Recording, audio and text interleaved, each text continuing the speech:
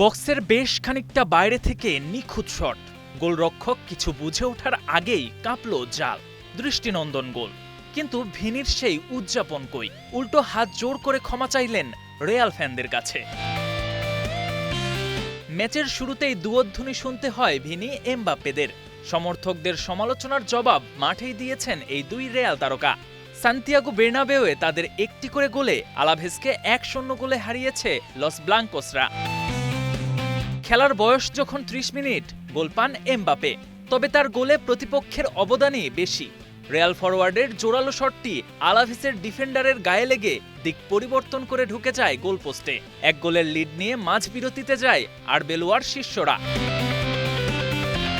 দ্বিতীয়ার্ধে দূরপাল্লার দুর্দান্ত শটে ব্যবধান বাড়ান ভিনিসিয়াস জুনিয়র। শেষ দিকে টনি মার্তিনেজ গোল করে ব্যবধান কমালেও জয় নিয়ে মাঠ ছাড়ে স্বাগতিকরা। ম্যাচ জুড়ে বল দখলে এগিয়ে ছিল রিয়াল। প্রায় 62% পজিশন রেখে একের পর এক আক্রমণ করেছে তারা। যদিও আলাভেসও লড়াই করেছে চোখে চোখ রেখে। রিয়ালের 26 শটের বিপরীতে 15টি শট নিয়েছে তারা। এই জয়ে শিরোপা দৌড়ে টিকে থাকল রিয়াল। 32 ম্যাচে 73 পয়েন্ট নিয়ে তারা এখন 2 নম্বরে। শীর্ষে থাকা বার্সেলোনার সঙ্গে ব্যবধান কমে দাঁড়িয়েছে 6 পয়েন্টে।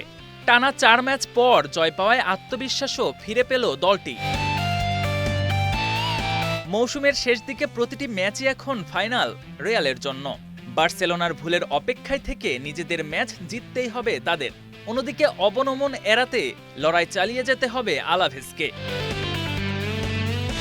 KM Soni, Star news.